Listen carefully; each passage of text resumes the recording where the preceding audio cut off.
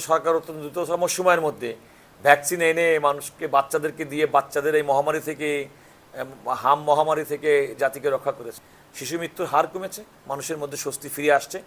আপনি যেটা বললেন যে আদালতের এই আদেশটি আমার মনে হয় যে যে সমস্ত সরকারের গৃহীত পদক্ষেপের সঙ্গে পরিপূরক হবে, এটা কোনো বৈপরীত্য হওয়ার কোনো সুযোগ নেই। কারণ সরকার যদি আইডল বসে থাকতো, কোনো কাজ না করতো, তাহলে আপনি বলতে পারতেন। আপনারা নিজেরাই বলছেন যে সরকার অত্যন্ত দ্রুততম সময়ের মধ্যে ভ্যাকসিন এনে মানুষকে বাচ্চাদেরকে দিয়ে বাচ্চাদের এই মহামারী থেকে হাম মহামারী থেকে জাতিকে রক্ষা করেছে। আপনারা নিজেরাই যেহেতু বলছেন, সুতরাং আমার মনে হয় সরকারের পক্ষ থেকে স্বচ্ছতার কোনো অভাব নেই, সরকারের পক্ষ থেকে আন্তরিকতার কোনো অভাব নেই, কার্যক্রমের কোনো ঘাটতি নেই, যে কারণে দ্রুততম সময়ের মধ্যে হামের প্রাদুর্ভাব কমে এসেছে, শিশু মৃত্যুর হার কমেছে, মানুষের মধ্যে স্বস্তি ফিরে আসছে। আমি মনে করি যে সরকারের পরবর্তী যে সমস্ত কার্যক্রম কিংবা পূর্ববর্তী কার্যক্রম, আজকে আদালতের আদেশটি তার পরিপূরক হবে।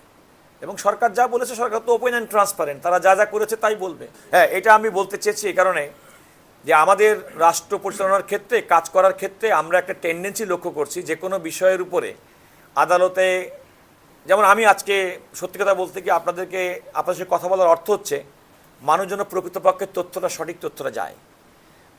দুর্ভাগ্যজনকভাবে যে কেউ একটা মিডিয়াতে কোনো একটা কোর্টে কোনো একটা মামলা করলে সেই মামলার বিষয়বস্তু সম্পর্কে মিডিয়াতে এমন বেশি প্রচার প্রচারণা করে। আর আমাদের সুপ্রিম কোর্টের রায়ের সিদ্ধান্ত আছে যে জনস্বার্থে যখন মামলা করবে প্রকৃত জনস্বার্থ বিবেচনা করতে হবে, আপনার পাবলিসিটির জন্য জনস্বার্থ মামলা করা যাবে না।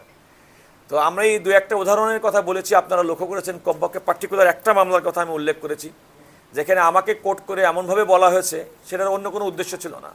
এর উদ্দেশ্য ছিল একটা প্রোপাগান্ডা মেশিন, নিজের প্রচারণার জন্য, আত্মপ্রচারণার জন্য। সুতরাং আত্মপ্রচারণার জন্য যারা জনস্বার্থকে ঢাল হিসেবে ব্যবহার করবেন, আমার বিরোধিতা ছিল তাদের বিরুদ্ধে। যারা প্রকৃতপক্ষে জনগণের জন্য, জনকল্যাণের জন্য জনস্বার্থে মামলা নিয়ে আসবেন তাদেরকে আমরা ওয়েলকাম করব। কিন্তু জনস্বার্থ মামলার নামে যারা প্রোপাগান্ডা মেশিন, নিজের প্রচারণার জন্যে, নিজের ব্যক্তি এবং সংগঠনের প্রচারণার জন্য, প্রসারণের জন্য যারা কাজ করবেন, তাদের বিরুদ্ধে আমাদের প্রতিবাদ থাকবেই সবসময়। আমি এই কথাটি বলেছি এই কারণে, দেখুন, বিদেশি এন্টিটি একটা রাষ্ট্র, হাইকোর্টের কোনো আমাদের যে জুরিডিকশনের কোশ্চেন, অর্থাৎ তিনি যে আদেশটি দিবেন, আমরা তো চাইবো যে আদালতে যে কোনো আদেশ অত্যন্ত কার্যকর হোক। তো আপনি একটা ফরেন এন্টিটির উপর বাংলাদেশের কোনো আদালত এইভাবে তাদেরকে নির্দেশনা দিতে পারেন কিনা যে আপনি দেশের মধ্যে, এই দেশের মধ্যে এই কাজটি করবে, আপনি সেখানে অন্তর্ভুক্ত হন। আমার বক্তব্যটা ছিল ওখানে রাষ্ট্র একটা প্রতিষ্ঠানের কাজ চাইতে পারে। যেমন আমি আগেই বলেছি যে সরকার কাজ করছে ওয়ার্ল্ড হেলথ অর্গানাইজেশনের সঙ্গে, সরকার কাজ করছে ইউনিসেফের সঙ্গে, এটা সরকার টু সরকার, রাষ্ট্র থেকে রাষ্ট্রের সঙ্গে সম্পর্ক।